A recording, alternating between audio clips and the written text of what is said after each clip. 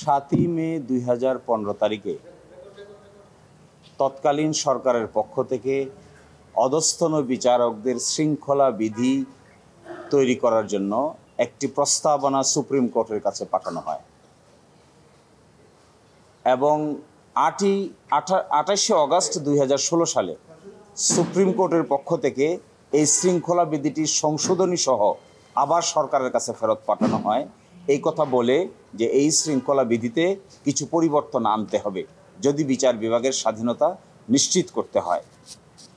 কিন্তু তৎকালীন সরকার এই পরিবর্তনগুলো গ্রহণ না করে 13ই অক্টোবর 2017 সালে সরকারের দেওয়া পূর্ববর্তী যে শৃঙ্খলা বিধি আছে তাই গেজেট নোটিফিকেশন আকারে প্রকাশ করে দেয়। এটি আমাদের সুপ্রিম কোর্ট 3রা জানুয়ারি 2018 সালে একটি আদেশের মাধ্যমে এই শৃঙ্খলা বিধিটি গ্রহণ করে নেয়। এরই মাঝে অনেক দুর্ঘটনা ঘটে। আমাদের তৎকালীন যে প্রধান বিচারপতি ছিলেন, তৎকালীন বিচারপতি দেশের বাইরে যেতে বাধ্য হন। তিনি দেশের বাইরে থেকে পদত্যাগপত্র পাঠান, নতুন করে ভারপ্রাপ্ত বিচারপতি হন। নতুন করে ভারপ্রাপ্ত যে বিচারপতি হন তার নেতৃত্বে 5 সদস্য বিশিষ্ট আপিল বিভাগের একটি বেঞ্চ এই শৃঙ্খলা বিধিটিকে গ্রহণ করে নেয় এবং সেই তারিখ ছিল 3রা জানুয়ারি 2018।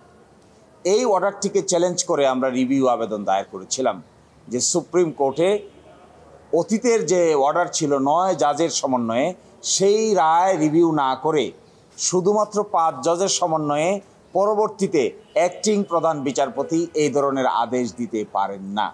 এটি সুপ্রিম কোর্টের অতীত আদেশের প্রতি অবমাননা প্রদর্শনের শামিল। এইটি শুনানি হয়েছিল, উভয় পক্ষকে শুনানি শেষে আজকে আদেশ হয়েছে। আদেশে এখনকার মাননীয় আপিল বিভাগ প্রধান বিচারপতির নেতৃত্বে 3রা জানুয়ারি 2018 তারিখে যে আদেশটি গ্রহণ করেছিলেন জনাব বিচারপতি ওয়াহাব মিয়ার নেতৃত্বে সেই আদেশটিকে স্থগিত করে দিয়েছেন। একই সাথে নিম্ন আদালতের যে শৃঙ্খলা বিধি আছে তা এই ইন দ্য মিন টাইম যে সময় আছে সেটি কার্যকর থাকবে এবং একইভাবে আমাদের হাইকোর্ট বিভাগে যে রিট পিটিশনটি শুনানি হচ্ছে সংবিধানের 116 অনুচ্ছেদ নিয়ে, এই শুনানি যথাযথভাবে চলবে।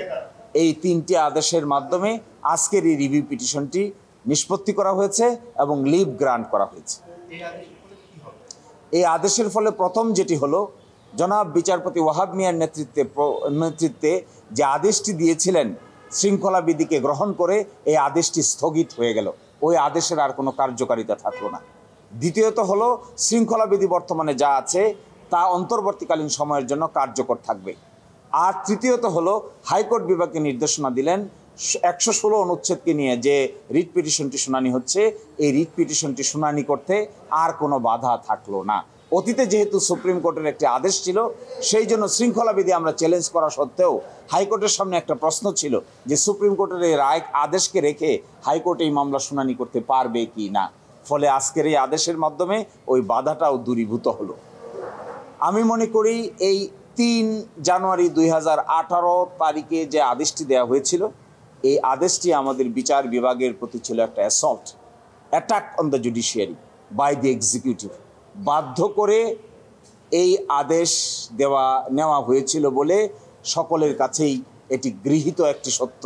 যে পরিস্থিতিতে আদেশ দিয়েছিলেন আমাদের সুপ্রিম কোর্ট, এই পরিস্থিতি সকলের কাছেই স্পষ্ট। সেখানে ম্যালাফাইডি আরবিট্রারি এক্সারসাইজ অফ পাওয়ার করেই এক্সিকিউটিভের মাধ্যমে এই ডিসিপ্লিনারি রুলসটা অ্যাকসেপ্ট করানো হয়েছিল। একটা কথা প্রাসঙ্গিক বলি আমি শেষ করব। এই প্রাসঙ্গিক হলো কেন এই ডিসিপ্লিনারি রুলস সরকার রাখতে চেয়েছিল। কারণ আমাদের নিম্ন আদালতের বিচারকদের বদলি, পদোন্নতি এবং তাদের শৃঙ্খলা সব কিছুই আইন মন্ত্রণালয়ের হাতে।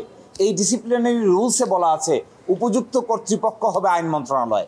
আইন মন্ত্রণালয়ের সিদ্ধান্তের বাইরে ছুটিও হবে না, পদোন্নতিও হবে না, বদলিও হবে না, শৃঙ্খলা বিধিরও প্রযোজ্য হবে না।